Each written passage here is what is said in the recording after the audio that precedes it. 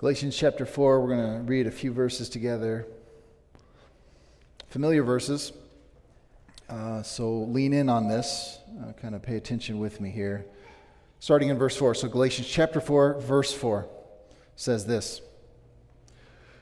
But when the fullness of time had come, God sent forth his Son, born of woman, born under the law, to redeem those who were under the law, so that we might receive adoption as sons. And because you are sons, God has sent the Spirit of his Son into our hearts, crying, Abba, Father.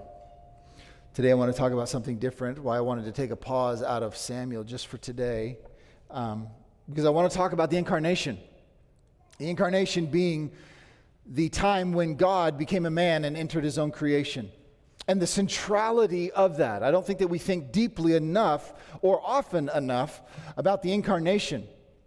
The incarnation was not one part of the story. So many people view it this way, like Jesus being born in Bethlehem was just one part of this story that was progressing. It's not true. The incarnation is the entire story. It's the entire point of all of human history. You got philosophers today that wrestle with this difficult question of what is the meaning of life? What's the purpose of life? And it's one of the most simple questions from the Christian worldview. The purpose of life, the meaning of life, is the incarnation. It's the whole point. It's the point of all of human history. Now, we are in the Christmas season, and you know what that means for many of us. Maybe you're included in this, I'm not sure. That means that it is the time for Christmas movies. Going to be coming out all over the place, whether you're a Hallmark person or just whatever. And I want to talk really quickly because, I'm a film guy, and so I was thinking story. One of our favorite movies as a Cash family, this Cash family, is It's a Wonderful Life. Now, anybody, by the way, love that movie? If you don't, I want to pray for you really quickly. I'm just kidding. I love that movie. I want you to love that movie because I think it's an incredible film. I think that it is one of those older films that doesn't require any kind of, CGI, none of those other frills, no camera tricks. It's just storytelling. Now, in this movie, and in terms of a story structure, I want to just show you what they do typically in Hollywood film. And how they kind of tackle story. So they call it movements in this kind of that world. They call it the three movements. Let me just give you this really quickly here.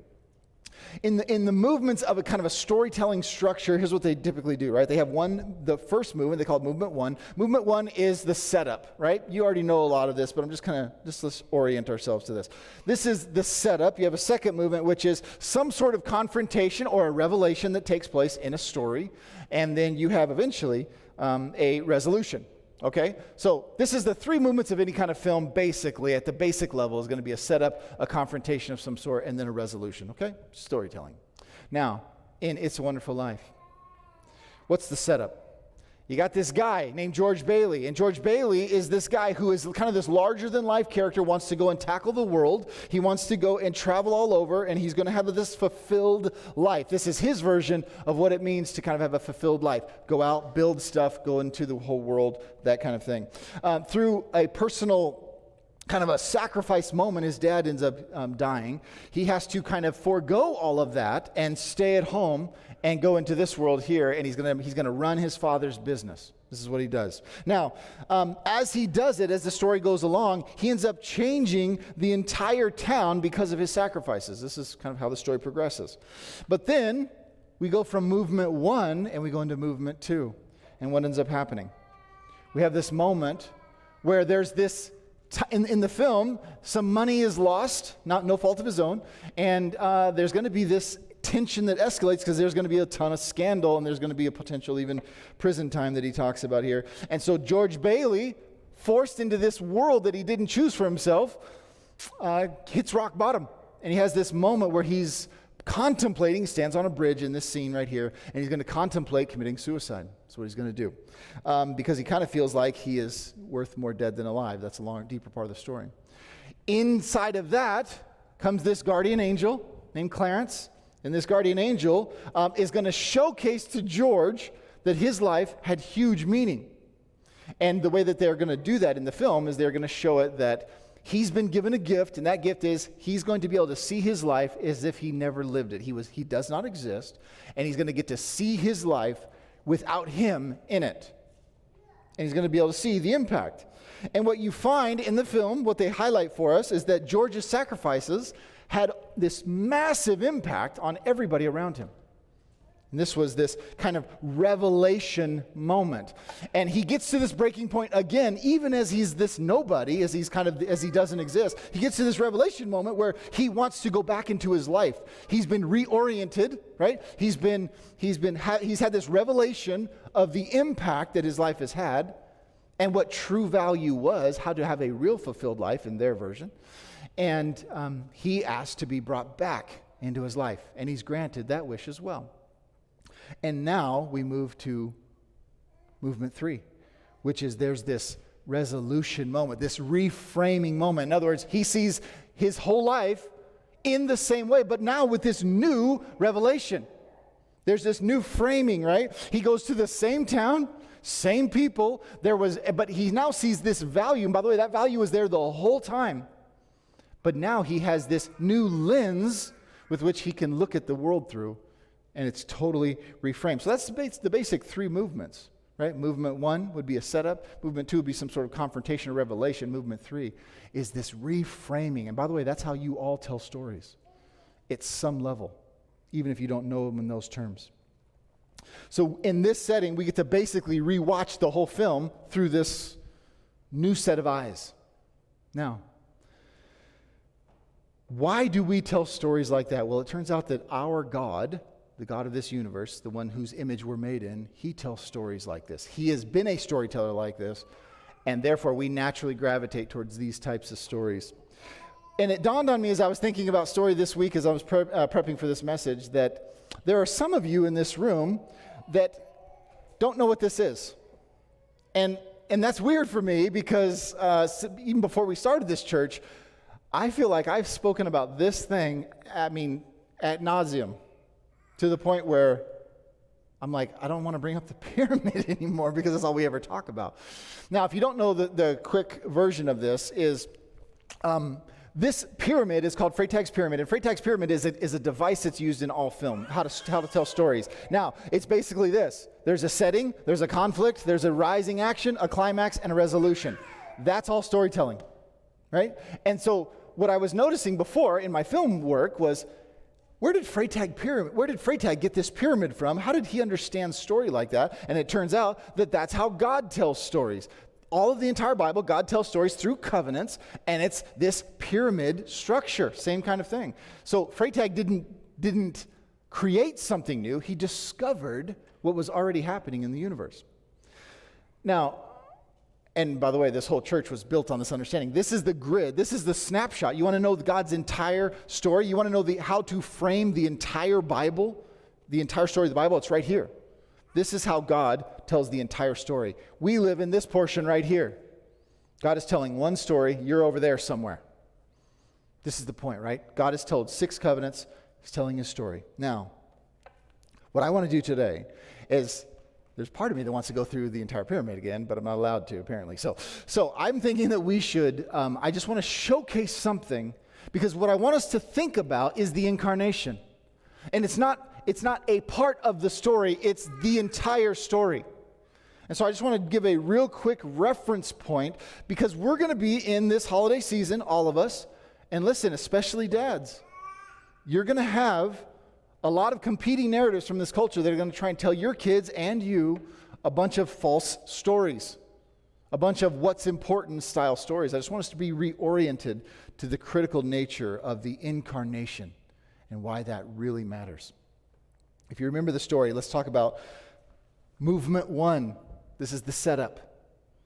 What do we have? We have people living in a garden, Adam and Eve living in a perfect garden in perfect communion with their Creator. They are perfectly righteous, perfectly holy. They can be with God face to face, no problems. This is the setup. Now, what happens? We know that because in this setting, they had a mutiny that they took part in. They wanted to remove God from his throne and to take it for themselves. That was their goal. They wanted to establish what was right and wrong for themselves. You too can be like God. This is all Genesis 3. And what ends up happening outside of that? You have then this key verse that comes in. The mutiny happens, the curses are delivered, God judges his people, creation is destroyed, right? Creation is marred. But then there's this key verse. Genesis 3:15. I will put enmity between you and the woman, right? Between your offspring and her offspring. He shall bruise your head, and you shall bruise his heel. So there's this really critical verse that after the world has been broken, there's this promise that's given. Something's going to happen in the future. And there's going to be this seed. The rest of the Bible, by the way, is going to track this seed language. It's going to track throughout all the Old Testament. Seed language is really, really critical as a theme in the Scriptures. I will put enmity between you and the woman, and between your offspring and her. He will bruise your head. So there's going to be this thing. But here's the question, and here's what I want you to think about. How is it possible that a human seed will fight and essentially have victory over a supernatural enemy? Those categories cannot go together. That's a wrong category, right? Human, supernatural. Well, that's the promise, though. God's made a promise that a human seed from this woman will defeat a supernatural foe. That's going to require something. That's going to require this someone to be a human and to also be divine. Right? He's going to have to be human if he's going to represent us.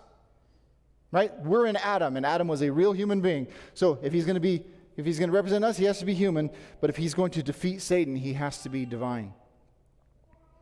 And that's the first promise, as God unfolds his story. We can move forward. Go into Abraham. God made a promise to Abraham. And what was the promise? His promise was that you are going to be a nation, right? I'm going to call you to be a nation, and you're going to be my people, and that I'm going to bless those who bless you, etc. And you are going to be a light to the nations. Every family, right? This is the verse. In you, all the families of the earth shall be blessed. That's Genesis 12. But that requires something. That brings up a natural question, does it not? What does it require? It requires somebody particular. If the promise is made to Abraham, think with me here, if the promise is made to Abraham, then this person who's going to come and do all this stuff, by the way, the same person from Adam, this person is going to have to be from the line of Abraham. It's going to require a particular person, a Jew in this case. It's going to require a particular Jew from Abraham's bloodline, but it doesn't stop there. This person is going to have to also be somebody that's universal. Think about this. How is it possible that not only every family and every nation will be blessed that existed during Abraham's day, but for all time, unless there is a particular person? This person to come is going to be a particular person, but also someone universal that transcends time and space. It's the only way these promises will be fulfilled. If not, these promises will never find their fulfillment. Continue on in the story. And we come to David. Now, David was given a covenant as well. We haven't reached this yet in Samuel, but we will. David was given a covenant as well, and that God will give him an eternal kingdom. Now, he is not the first king of Israel, but he is the first good king of Israel, will be. And God has made him this covenant, that your throne will be established forever. It's in 2 Samuel 7. Your throne will be established forever. Now, that requires something. What does it require? A real king, right? A real flesh and blood king, a real flesh and blood bloodline, but also, this is going to have to be a king that somehow transcends mortality. How else can you have an eternal kingdom? This is not some generic statement like there's going to be a kingdom one day. No, it's going to be through David's line, a real king. There's going to be a real king who has to live forever, who has to bless all of the nations, and who has to defeat Satan. How do you do that? this whole thing would just be an example of the setup of the story. This is the problem. This is the issue. What's the answer to all of these things? The incarnation. The incarnation is not a part of the story. The incarnation is the story. This would move us into the second movement of this revelation moment. And here's what's fascinating about this reality here. As God's story is progressing, the revelation moment, or movement 2 of this story, is that God doesn't just send a representative. God sends himself. God takes himself, puts on flesh, sends the Son, and he is going to live out now these realities. And I want to read again one more time, Galatians 4. In view of this story, think with me. But when the fullness of time had come, let me put it up on the screen here. When the fullness of time had come, God sent forth his Son, born of woman, born under the law, to redeem those who were under the law, so that we might receive adoption as sons. Now, when he says fullness of time, what does he mean? The fullness of what time? Well, think about what's already happening here. The covenants have already been established, right? The types, the shadows, they are all in place. Everything has already been told to this point in the storyline. This story requires this moment, though. This story does not make sense unless the incarnation, because it can't be completed. He then says, born of a woman. Fullness of time, born of a woman. What does that mean? Fully human, right? There's no trickery here. Fully human, seed of a woman. This is the point here. Seed of the woman. You have this second Adam. Adam is 100% human, and he failed. He represented all of us, and he sinned. Now we have a second Adam who represents all of us, and he will succeed. He's born of a woman. Born under the law. What law? The law we broke. And what Jesus had to do in his incarnation was he had to come and perform the covenants for us. He had to be a second Adam, bless the nations, and establish a kingdom forever. He had to perform all these things. And he had to do it as the offspring of Abraham. And then it says the purpose is what? To redeem those who were under the law. Here's what I want you to hear, and I don't know how to say this more forcefully than this. Don't think of this as God sending Jesus, the incarnation, God taking on flesh, entering his own creation. Don't think of this as God then giving an opportunity or a possibility for salvation. That's not the story. The story is this: God will have a people. He will have a people. He doesn't hope to have a people. He will have a people. And what does he do? How do you know you'll have a people, God? The incarnation. That's how you know. He will bring his people. He will have sons and he will have daughters. And what has been torn apart in the mutiny, what Adam destroyed, Jesus will fulfill and he will restore. Here's the point that I want you to see. The incarnation is so central to the story. It is the entire story, but the incarnation is the only thing that can fulfill all of these covenant promises simultaneously. It is the only way. Again, what my boss, Greg Kokel, would say, how he worded it was, why is Jesus the only way? Because Jesus is the only one who solved the problem. Buddha, Muhammad, they all failed as, I don't even want to call them potential candidates, but you know what I mean. Those worldviews fail. Jesus is the only one who solved the problem. And what was that? How did he do that? The incarnation. That's the point. Now,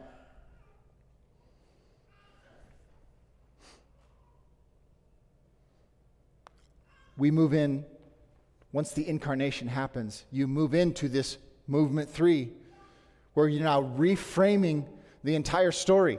Now think about this from the first century's perspective. Once the incarnation happens, what is happening to the Jews in the first century, right? The ones that we read about. What are they doing? They're reframing this whole story, right? They're having this George Bailey kind of moment where they're running through the whole Old Testament and they're seeing all these connection points. It's been from the beginning. You were the seed that was promised, right? You were the one who's going to bless all the nations and the families. You were the one whose kingdom is going to be established forever. Where we see it everywhere now, right? We see it in the Exodus. We see it's not about a lamb, it's about the Lamb of God. We see it in all of these things. We see it absolutely everywhere. Isaiah 53, it's talking about you. We see it in the Psalms. It's everywhere. And it was always there. What was the difference? The clues were always there. You always had the tabernacle or the temple. Right? You always had the entire sacrificial system. You had prophets, priests, kings. You had marriage. Why were they all there? They were pointing to something. All of it was reframed.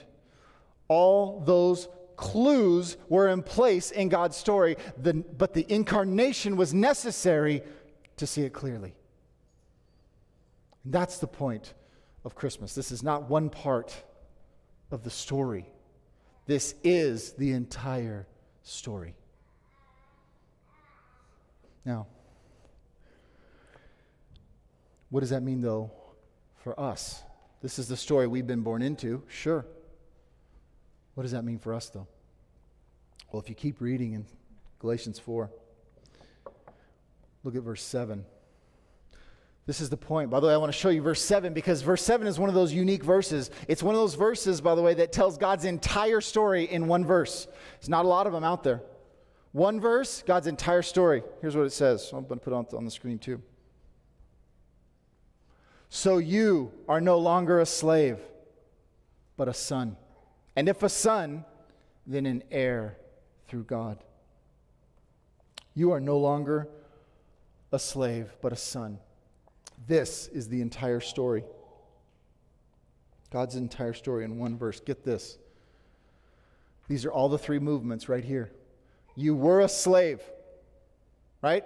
You were a slave, but you're now a son. You're now a child. You're a son or you're a daughter, but you were a slave. That was the setup. But there's this revelation moment in the incarnation that you're now a child. You've been adopted into this family. And then what's the reframing of that? If that's all true, then what's the framing? You're not just a child. You're therefore an heir of God. Hallelujah.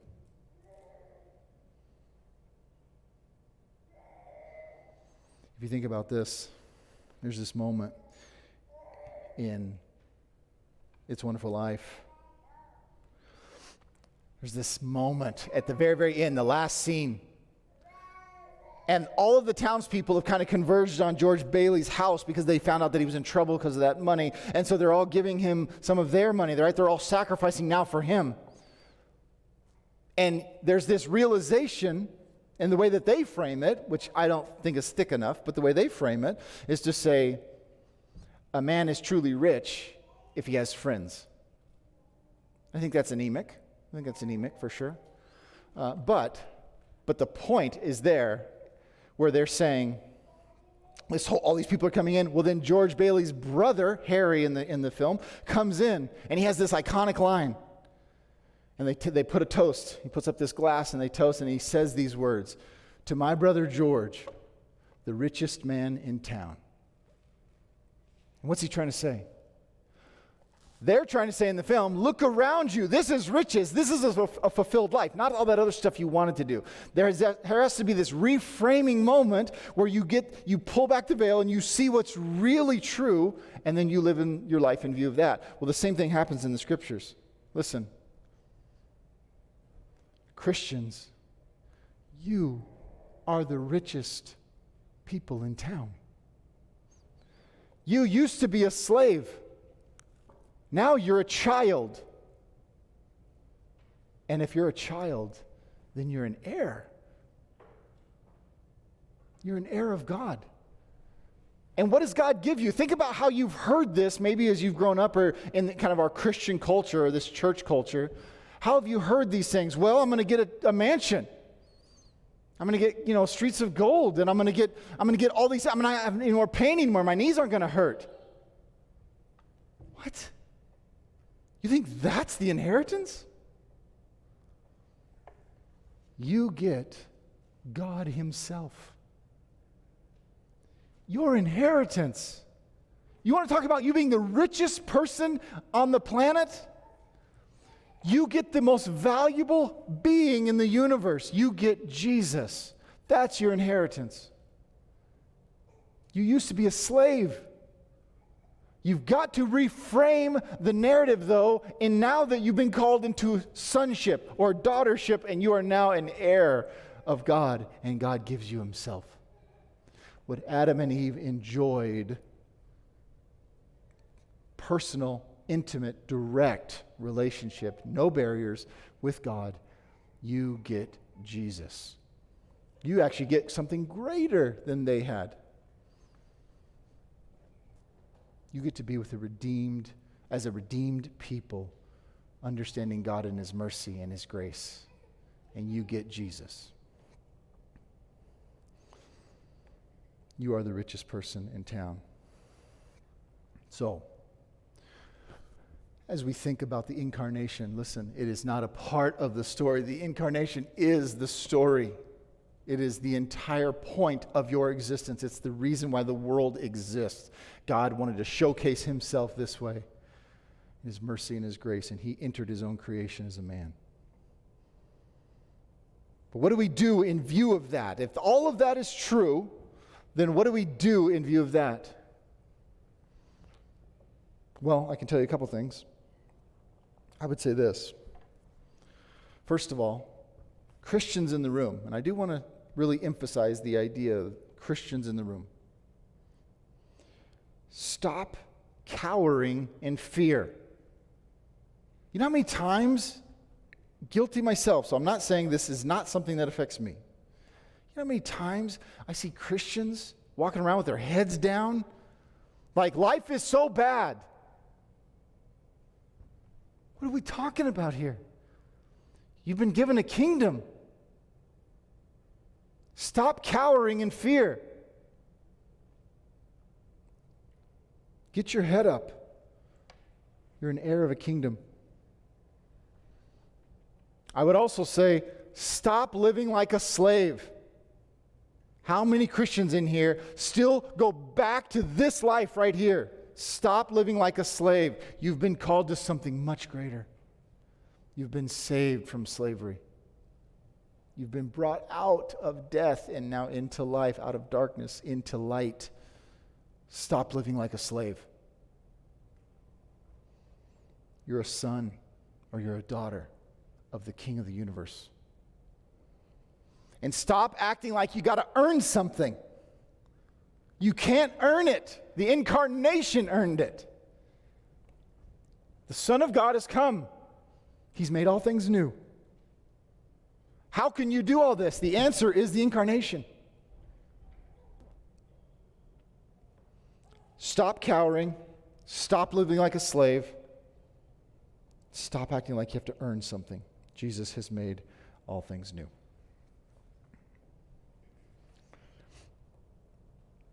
We're going to be in this season, right, where our culture is going to play Christmas. They've already distorted it. It's nothing new to us. We know this.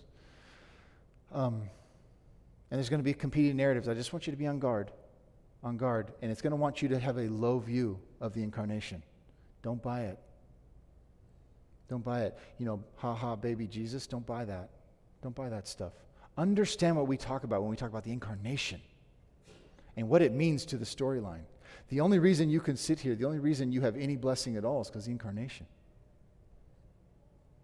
And so, especially dads in the room, keep your families oriented to the incarnation this season. It's not presents. It's not about any of that. It's not about consumerism. It's about the incarnation. God became a man and he entered his creation so that he could satisfy the covenant promises. And he bought you. And he's now giving you an inheritance himself. Today, as you go into this season, as you step into your normal everyday life, live in view of your inheritance and what God has given you. That is the point, not only of Christmas season, that's the point of the entire universe.